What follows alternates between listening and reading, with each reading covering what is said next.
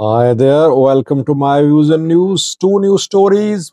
One from the Oromia region, where we know that yesterday massive rallies were taken out across Oromia. Some rallies were held in the heart of the stronghold of the Oromo Liberation Army. Why did OLA allow these rallies? Did OLA and Prosperity Party and PM Abiy's government reach an agreement about these rallies? I was trying to dig out some information. Now I've received some information which I want to share with you. It seems that the two sides reached an understanding about these rallies. That is why, in the heart of OLA's stronghold, rallies were taken out. What was the deal?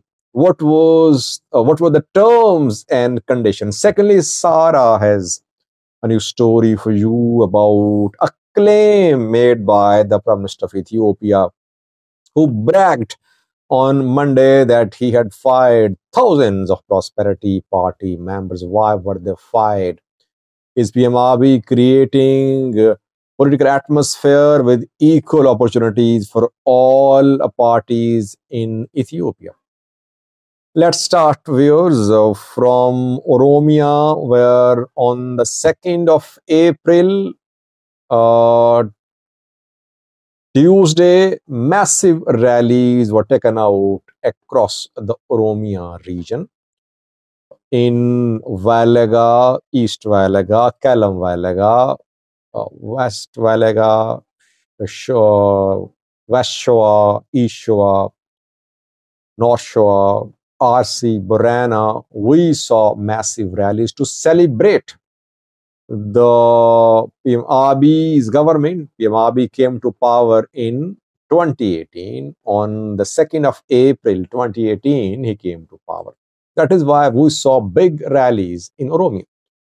Two questions. Firstly, why is that in just Oromia these rallies were taken out? No rally was held in any other region of Ethiopia.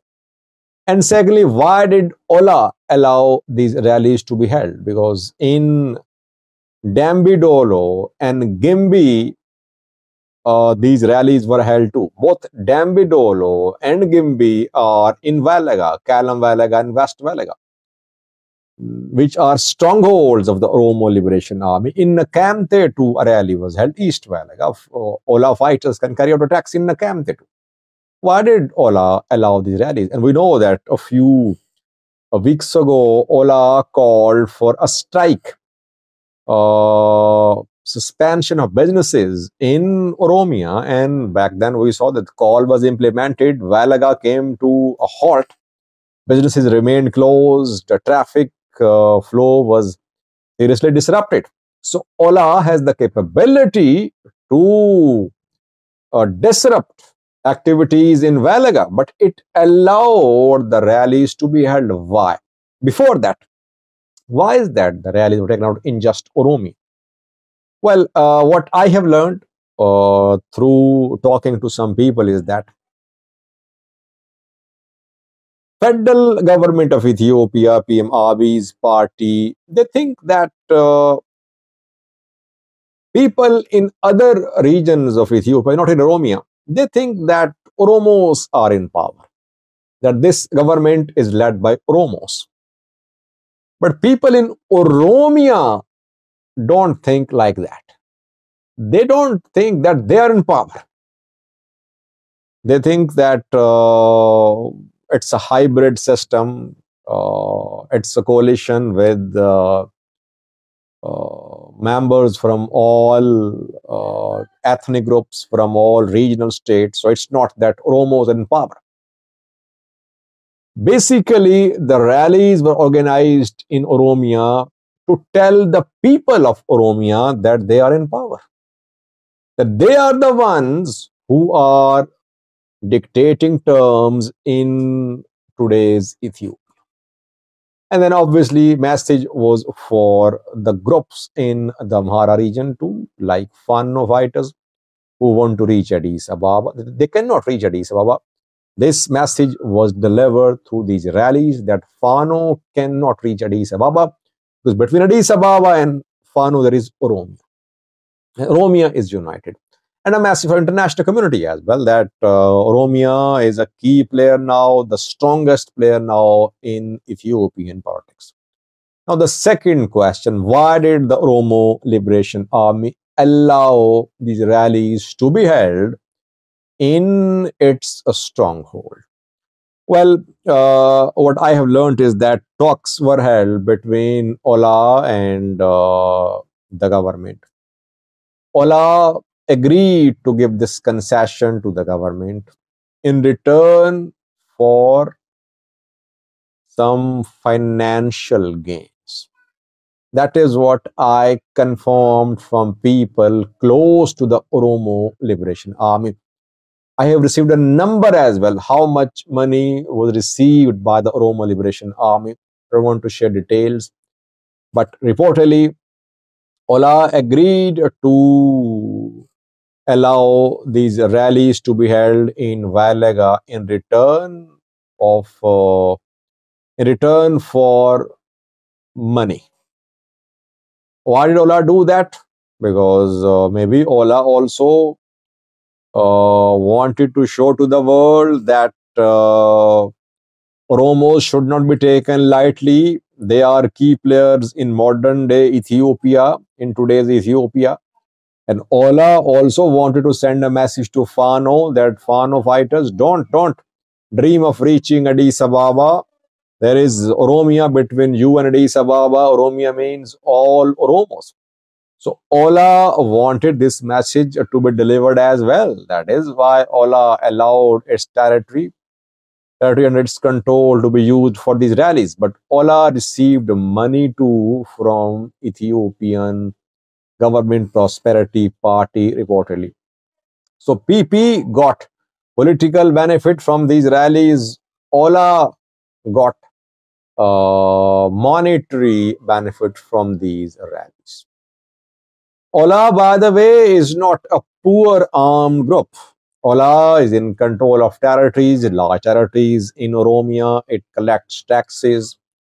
Vailaga, I think, is fertile, known for gold reserves too, for coffee production as well. And people say Ola exports these materials to neighboring countries too. Then Ola is accused of robbing banks too. So Ola is not like Fano. I think that Ola is richer than Fano. This is what I can conclude. So this is what happened in Oromia yesterday. Uh, People would say, Sajid, Ola is selling Oromo people, Oromo cause for money. Can we say that? Well, we cannot say that because we know that when talks were held between Ola and the government a few months ago, twice in Tanzania, there Ola did not show any flexibility. It did not demand money from the Prosperity Party. It raised issues like the status of Addis Ababa, status of a foreign Romo language, like establishment of a transitional government, exercise of articles related to self-governance. So when it comes to talks with the government, Ola does not make any compromise. But since it was a one-day event in Valaga, Ola agreed to let the government hold rallies in return for some financial gains, reportedly.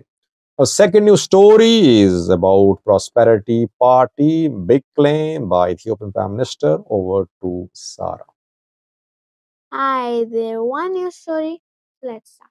Is that thousands of PP members have been fired. PMI bragged on Monday that thousands of PP members have been fired. What is the reason behind this? Any evidence shared by Prosperity Party? I have details for you. So let's start.